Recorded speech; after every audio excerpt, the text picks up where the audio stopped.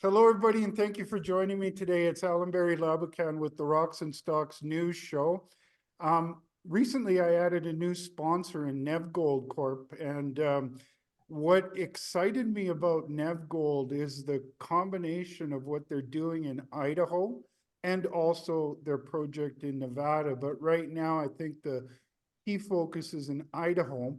And Hercules Silver has created a lot of enthusiasm, especially after they announced their discovery hole. In one hole, Barrick came in and put in close to $30 million, which is very unusual for Barrick. They're very selective about the projects they get involved with. And so this caused a lot of enthusiasm, and NevGold, because they were already in Idaho with their Nutmeg project, which I want to get into a little bit because that project really excites me.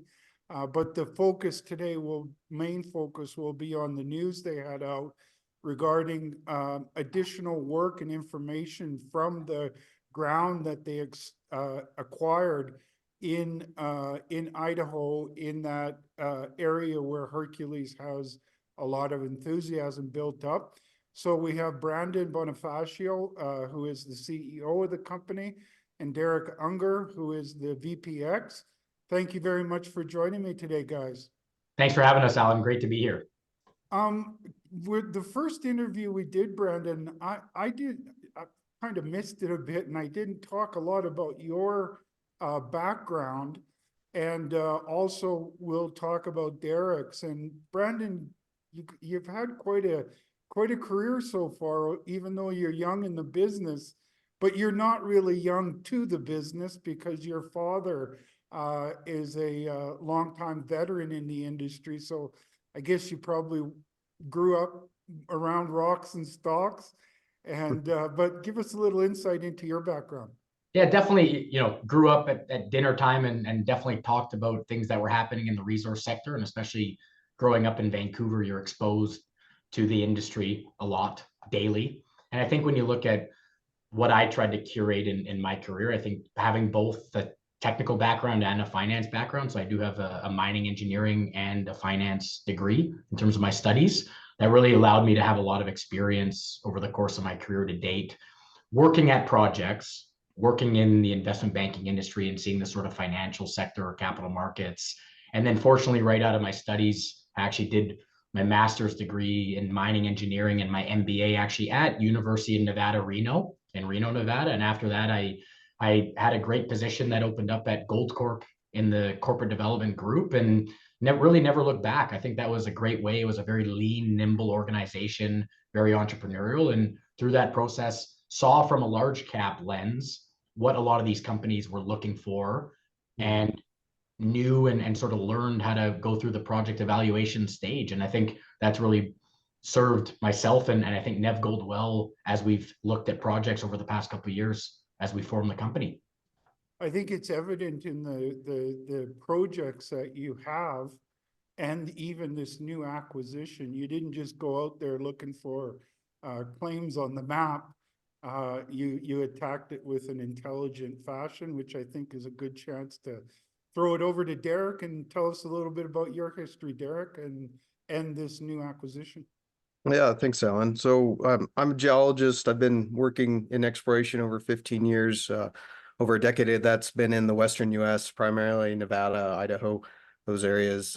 Started out running drill programs in exploration, done some stints doing resource estimations, which I think is a really important component that you need to keep in mind as an exploration geologist, is ultimately this feeds into a resource, and that allows you to come up with the economics of the project. When Nev Gold was getting started, I was talking with Brandon, was excited about the project they had, primarily the Limousine Butte project, and I was happy to come on, and approaching 3 years with Nev Gold. And so it's been a fun ride. I'm really excited about the two projects we've added in that time, being Nutmeg Mountain and then most recently Zeus. And again, it gets back to, we let the geology tell us and guide us where we go. Well, and I can't keep this Nutmeg project off my mind.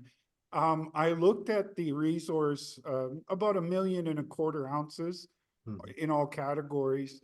In the oxides, and there's a pretty big footprint in the oxides.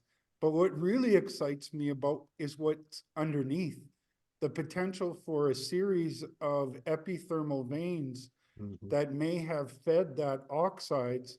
And what excites me about that is if you're getting that kind of a handsome grade in the oxides, it's pretty good indicator of what you should find in the feeder below it in an epithermal vein system.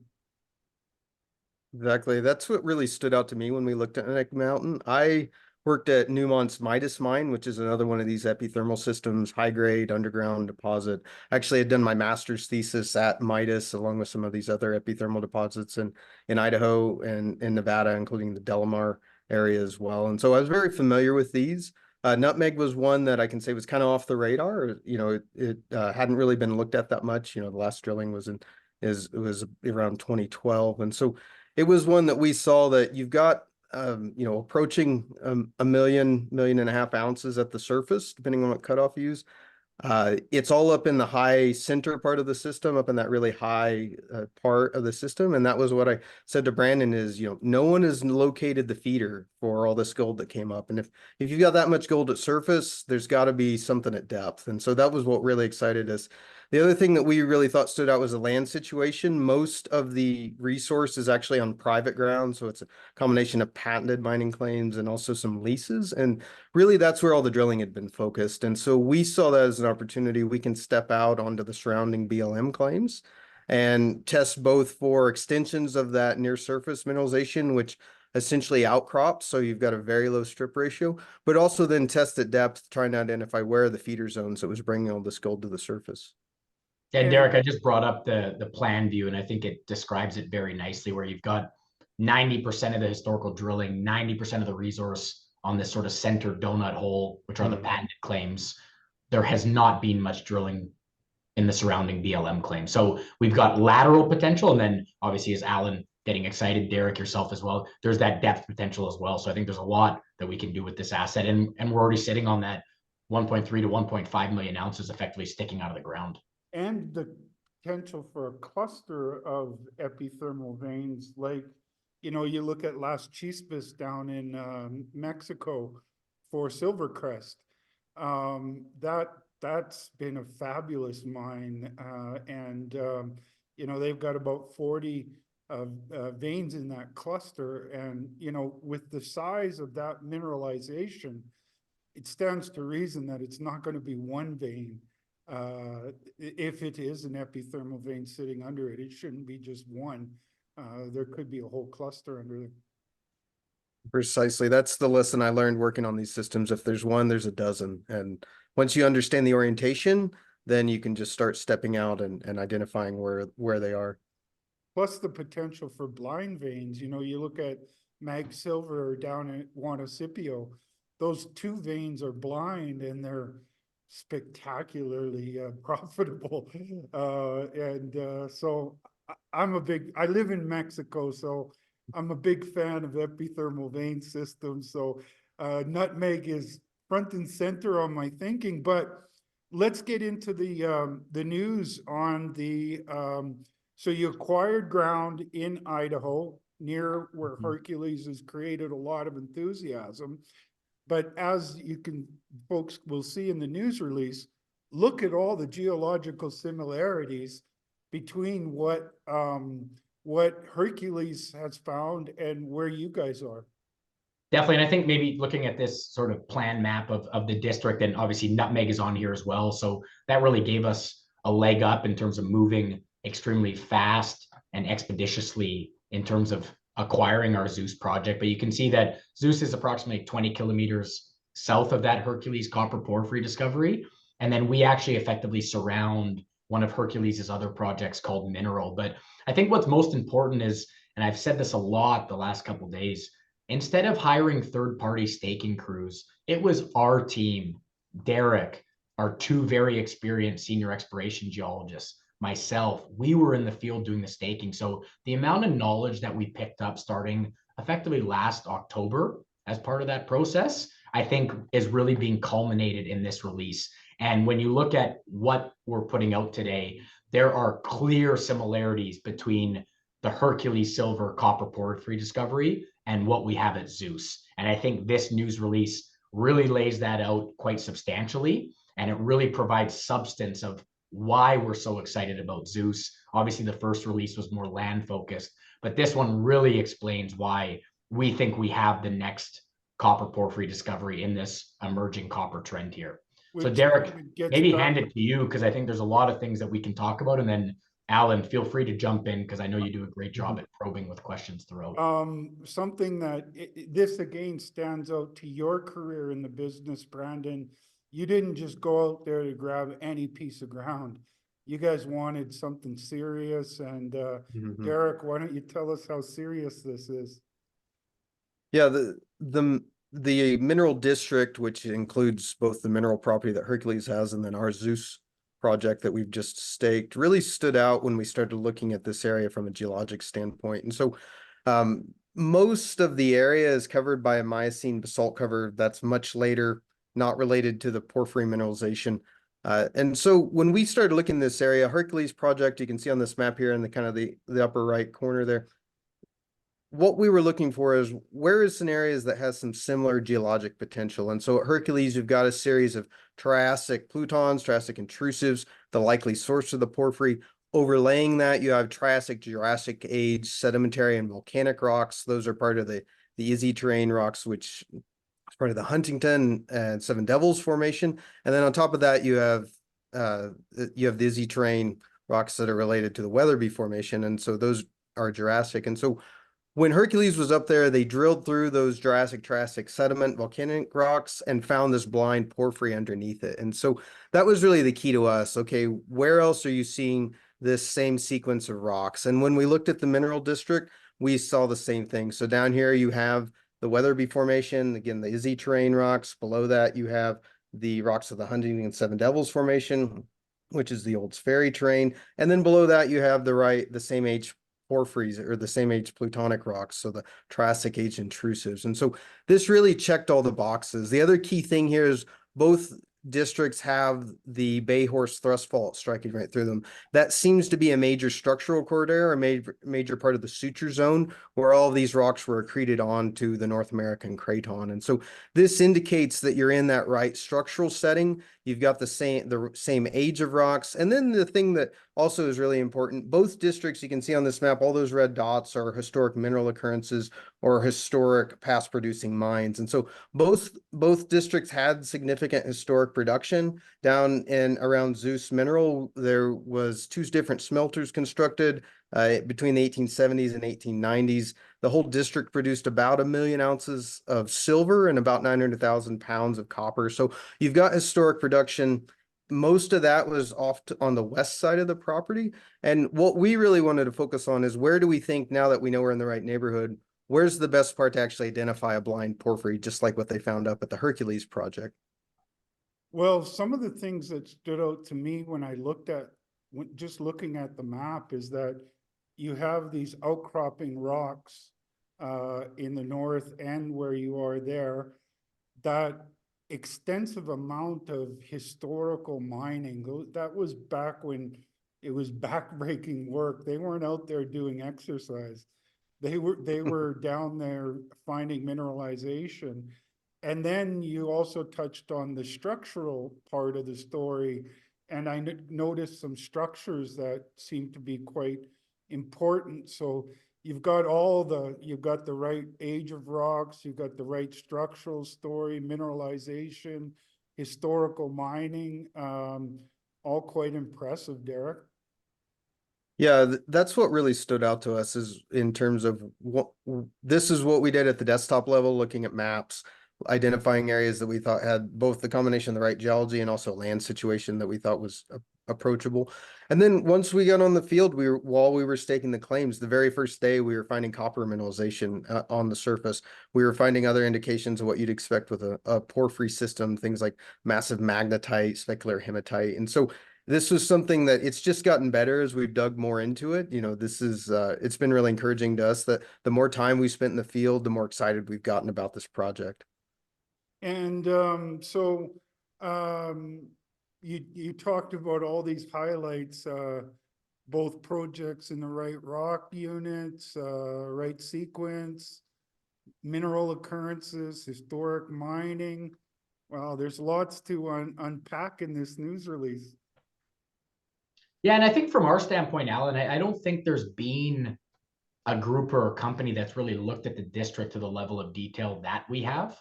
So I think this is also very important from some of the discussions that are happening in the district with all the various players that have now entered. I think when you look at where we are and where Hercules are situated with their porphyry discovery, I think these are the locations you want to be. So I think from our standpoint now, getting through this phase, getting through the geological interpretation, putting a 3D model around the district, we now have the roadmap or the playbook in terms of what we want to accomplish going forward. And we're going to hit the ground running starting in May. We know exactly the first phase of work that we want to do and want to accomplish. That then will set us up for drill targeting, which will then set us up for drilling this year in 2024. And it's Yeah, oh, go one of ahead. the great things is that Hercules has already laid out the roadmap. That, you know, they came in, they did surface sampling, soil sampling, followed that up with geophysics, particularly IP, and that defined their drill targets. And so this is when we don't need to reinvent the wheel. We know we can hit the ground running. We know the playbook what we're going to follow. And you guys kind of hit the ground running as far as this area is now under a pretty intense staking rush. And you guys were able to hit the ground running and not just acquire claims on the ground. You acquired stuff that made sense geologically.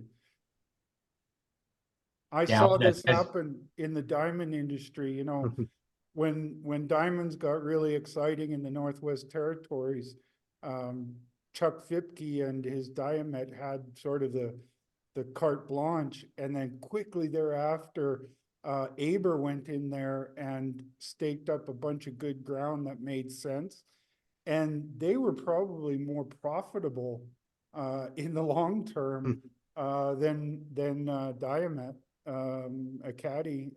So it's one thing to have a staking rush in an exciting new discovery area. It's much more important to get quality ground based on geology. Exactly. And that's exactly what we did.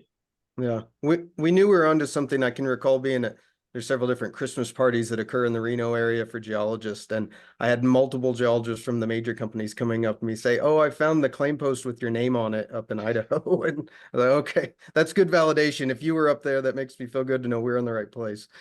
Yeah, they do the same thing, mate, but probably not as quickly as you guys because Exactly. I more think we were nimble. fortunate being with Nutmeg. We'd already been looking at this area, partly just because it was a geologic curiosity. Like I said, most of Washington County, where all these projects are located, is Miocene basalt, so much younger, no porphyry potential. But there's these little corner up in the on the far western side that is these Triassic to Jurassic age rocks, and so we'd been looking at those, you know, partly just because like, huh, what's that doing up there? And I can say what's interesting about this whole district is it's been pretty thoroughly looked at from an academic standpoint because it is kind of a bit of an oddity.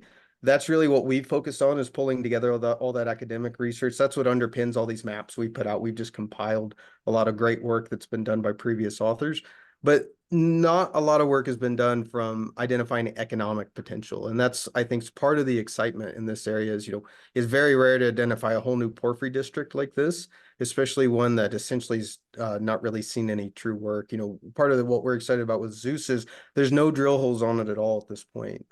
There was a little bit of drilling done on the mineral side that Hercules controls. We think it did tag into kind of the distal part of the porphyry system, but when we look at, this is a nice look at a cross section looking north through the deposit, the previous work really seemed to be off on the kind of western peripheral side. We really think you need to go more east onto our property because that's where the blind porphyry potential exists. And that goes along with what we were seeing in the field. Again, we're finding copper mineralization at surface. We're finding alteration indicators in the outcrops as we were staking claims. And so it really, as we've evaluated this, as we've spent more time on the ground, our excitement about it's grown because we're just seeing all the indications we want to see. You know, sometimes in these new discovery areas, it happens and people say, well, it's not the right kind of rocks. and Canada wasn't really considered the right kind of rocks for diamonds, or diamond fields was looking for diamonds in Newfoundland or Labrador. And that's kind of sort of a badge of honor, if you will, in these discoveries, and why they can become so exciting is because it may not have been thought of for that reason, but you poke a couple holes into something and you show it in the truth machine, and it starts changing people's interpretation. Yeah, we really see that as the important thing is let the science guide us, because I agree with that. There's so many discovery histories that started with that. Well, we brought the expert out, he didn't like it. We drilled the hole anyway. And that's really I think the approach Hercules took, and obviously that's been really successful for them. We see the same potential here because we're seeing all the same signatures. Right. And so now let's get into a little bit about the course of action from here forward. Yeah, I think the roadmap's really already been laid out by Hercules. The key things for us this summer, is going to be getting more time on the ground. We'll start with doing our own geologic mapping the alteration. The key thing with these porphyries is they are really distinctly zoned. So once you're on the edge of it, you can start to vector in and understand where you're at in the system, where the best potential for the higher grades is going to be. And so that's going to be a key thing. On top of that, we will do soil sampling that works really well in the Western US and this kind of arid climate. That's going to get you kind of vectored in where do you want to be, where you see the highest kind of potential at surface. And then after that, doing geophysics. IP works particularly well with these porphyry systems because of the different minerals that occur within them. And that's the roadmap that Hercules done. They started with surface sample soil anomalies, drilled their IP geophysics anomalies, and that's what's led them to where they're at today. So we're going to do the same thing. I think the other exciting thing, though, with the district as a whole is that to date, there's not been any work like this done here. There's not been any modern exploration. And so that's really the upside we see. This summer is going to be a really exciting time for the whole district, because you think about Hercules had their discovery. They announced it on October 10. The snow was falling in November. There's not really been any field work done by anyone yet on this district. And so, we're going to be learning more. I can guarantee you, there's going to be some minor changes to this map and these sections, by the end of the summer kind of thing. But this is going to be the summer where I think really, there's going to be a huge leap in understanding of what's going on here. Yeah, Both because here, even when they made that discovery, they were just drilling a blind geophysical anomaly that they said, Exactly. oh, well, we'll put a hole here, we'll put a hole here, we'll try to get around it and see what it is. And so it was a discovery made off of a blind geophysical wildcat drilling somewhat. And this year, like you said, they'll be able to, you guys and they will be able to get in and roll their sleeves up on the geology side. exactly. Yeah, this is going to be a fun summer. We're going to learn a lot about the entire copper trend, specifically to our project. Hercules obviously's got the backing of Barrick now, so they've got, a lot of great minds working on their projects as well. And so that's, as a geologist, that's what makes these things fun, is knowing that we've been able to pull a lot of great data together, but there's still a lot of questions that we're going to be answering over the next 3 to 4 months. Yeah, so Hercules, they should be drilling in the next few weeks, right? Yeah, I think around sort of start of May is when they were targeting, based on Yep. some past discussions. I think that's sort of optimal period where you get the kind of right seasonality factors. So it's going to be very active starting in May. And I think, based on what I've read in a few news releases and seen in a few interviews, I think it's, 3 core rigs on site and approximately 20,000 meters of drilling. So there's going to be a lot of activity in and around that Hercules project. And I know they've got some plans to also be working on mineral down here as well. So you guys will kind of at the start be sort of on their coattails somewhat, but that's nice coattails to be on, because they've got the attention of everybody in the mining exploration and mining business. And so if you start saying, well, hey, look over here, look what we found, and we did our IP and now we're ready to start drilling it, you should be able to build up some enthusiasm for what you guys are doing. Exactly. And I think, one thing I like to highlight, there has been some, I guess, incorrect statements made on the land tenure situation. I think the nice part about what we have, it's a mix. We have patented mining claim leases, which you can drill immediately. We have federal unpatented BLM claims, which we know how to permit. We've dealt with the Washington County BLM office on our Nutmeg Mountain project. So that, to get a notice of intent, which allows up to 5 acres of disturbance, is a 45 to 60-day process. And then, yes, we acknowledge there is some U.S. Forest Service ground as well. But I think the nice part is we're going to be able to be navigating with the different land and being able to obviously advance the project very quickly, where we will, once drill targets are defined, be able to drill this year. Within the calendar year 2024, we will be able to drill using the different land tenure situations. And that's got to, some of the newcomers to the area, they kind of have a learning curve where you guys know the people where you have to go talk to about permits, because you've done Exactly. Like BLM, we have obviously a notice of intent at Nutmeg Mountain in Idaho, our other project, Derek, that was, I think, from front to back, from submission, 48 days. So right in the range that we would allocate towards that. Yeah, exactly. And the process is straightforward. It's, the BLM does this kind of work every day. And so we're confident that, we know the path forward. They're easy to work with. And the great thing with these kind of targets, they're big targets. So the fact that we have a good kind of strategic amount of land over the whole thing that we can permit relatively quickly, we can do those first pass holes, understand where we're at in the porphyry system, and then vector off of there, and then choose where to focus our efforts for the other permitting that we do as follow-up. And in a general sense, Idaho is a pretty attractive mining jurisdiction. Agreed. I think when you look at the infrastructure components, I mean, there's power lines, there's water. I mean, I've taken an Uber up to this area from the Boise airport. It's an hour and 15 minutes. It's great infrastructure. And I think as Idaho goes, this little pocket of the southwestern part of the state is, I think, from our analysis prior to acquiring Nutmeg and now Zeus, it's where you want to be. I think it has the right terrain, it has the right environment, it has the right community support. And fortunately for us, we've been working here since 2022. And I think over the past couple of years, we've genuinely built some very deep-rooted relationships in the area along with Hercules. And I think compared to other groups trying to enter, I think that will serve us very well going forward. We've been a great steward. We work very closely with certain groups and individuals locally in the small towns. And I think that sort of gives us a bit of a leg up that we are a very supported organization in the district and in the county. Yeah, because you and Hercules were really the only ones in there, right? Exactly. In any significant way.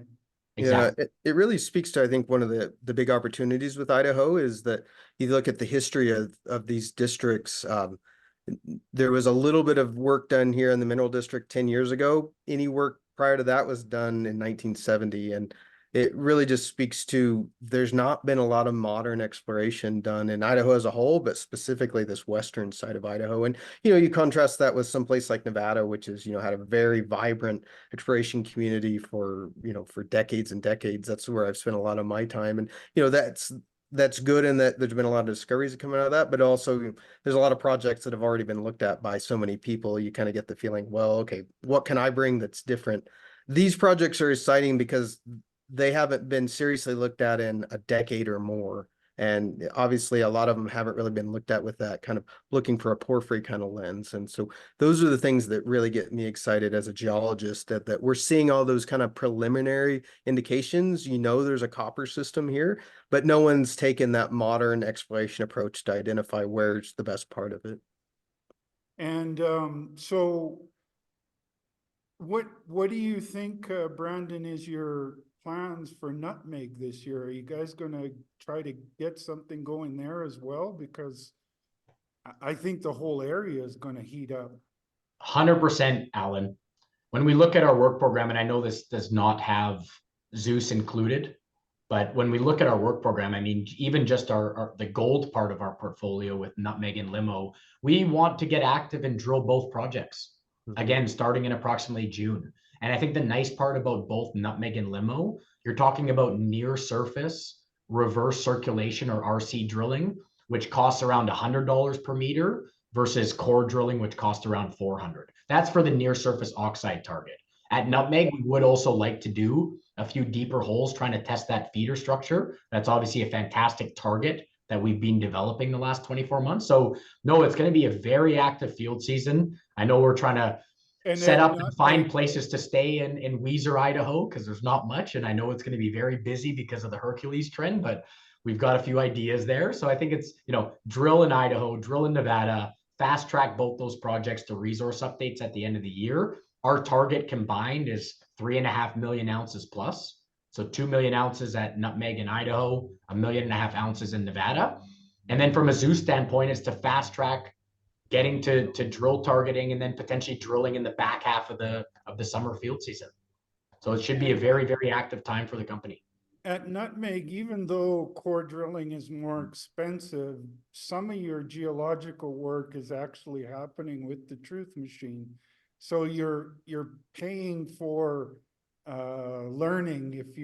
Is that the plan, if you're going to go after the feeder to 100%? Yeah, I think some of the near surface targets RC is sufficient to at least test to at least test, and I'll flip back to test some of the northern and southern extents laterally.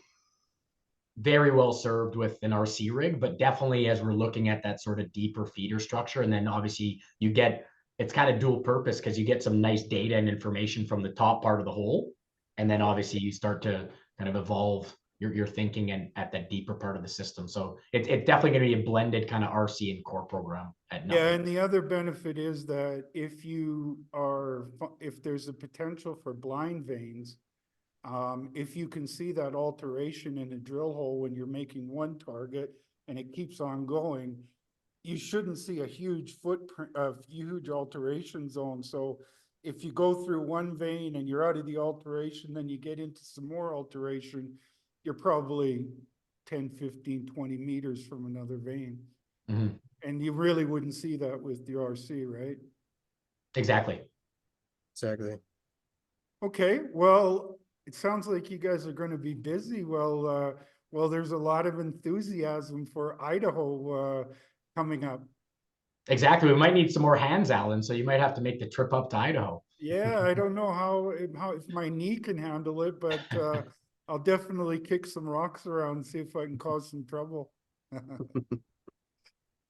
I know we're super excited. I think when you look at all the various value catalysts for the company, I know a lot of people saw Zeus come out, and I always like to address it head on. I think people thought we were deviating from the gold, and no, it's simply an additional layer in our project pipeline. And I think it was such a fantastic opportunity that, as we've shown with the news release today, we're definitely onto something. It's going to be super interesting to see how it plays out the next 12 months. But we have this multi-million ounce potential between our two other flagship projects in Idaho and Nevada that genuinely look like they're projects that will get to the resource and beyond in the near term. So it's very exciting time for the company. I know Derek's going to be busy.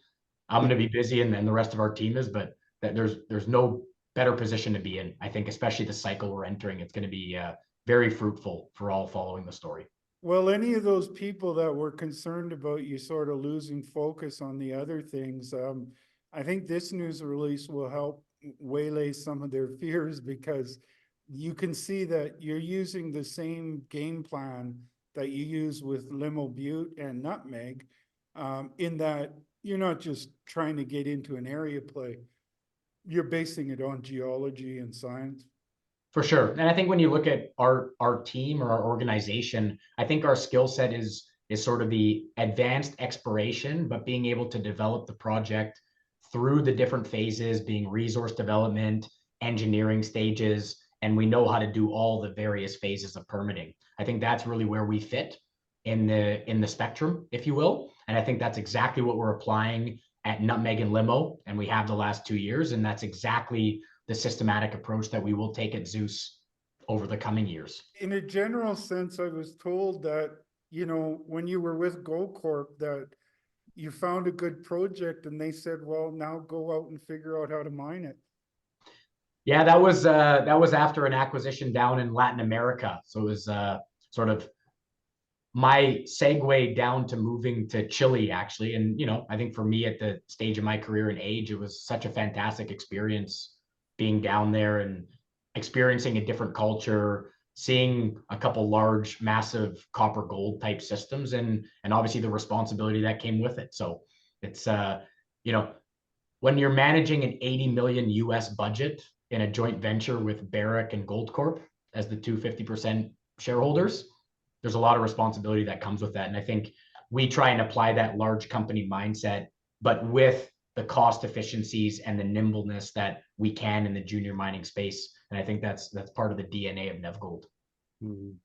Perfectly well said, Brandon. I'll wrap it up now, but I do want to thank you guys for coming on the show, because, I'm all about, I've been in exploration for 30 years. And at one time I worked with a very large geological consulting firm and worked with guys like Bob Singh for a number of years, who was the brains behind Great Bear. And, for me, it's all about trying to find a mine. And, this is the work that goes into that. And I think you guys have a great portfolio of properties, and you're going to be doing a lot of fun work this next number of months. Exactly. We're excited, Allan. Thanks again for having us. Always a pleasure. In an area where investors are going to be, are focused, and should you and Hercules will hopefully keep their focus. I think things are trending in that direction. Yes. Sounds good. Let me wrap it up and we can chat at the other end, guys. Awesome. Appreciate it, Allan. Thanks everyone for the time for listening. Thank Thanks, you. Allan. So there you go, folks. NevGold, new sponsor, small company, but with very excellent assets. Nutmeg, Limo Butte in Nevada, Nutmeg in Idaho, which gave them a leg up to get involved with this new excitement over the Hercules Silver discovery. And they were able to hit the ground running and acquire ground that is highly prospective for the same kind of mineralization that Hercules has found. And as I said, this area in Idaho is becoming a focal point for a lot of big companies and a lot of investors in the industry. And I think that in Idaho alone, that NevGold is a serious player and has great potential to advance at Nutmeg and also make a discovery at their new ground called Zeus. So as always, my shows are for information purposes only. It's important for you to do your homework, speak with your financial advisors, be aware that NevGold is a sponsor of my work, and whether a company is a sponsor or a pick, they all fall through the same filter. The difference is that with a sponsor, I'm able to do more of these interviews and more homework and stay on top of them more. And that's what I really love doing, because I like to be able to keep my audience abreast of the developments of as things evolve. And I think this is going to evolve into some very great stuff. So do your homework, speak with your financial advisors. Have a great day, and we'll talk to you soon.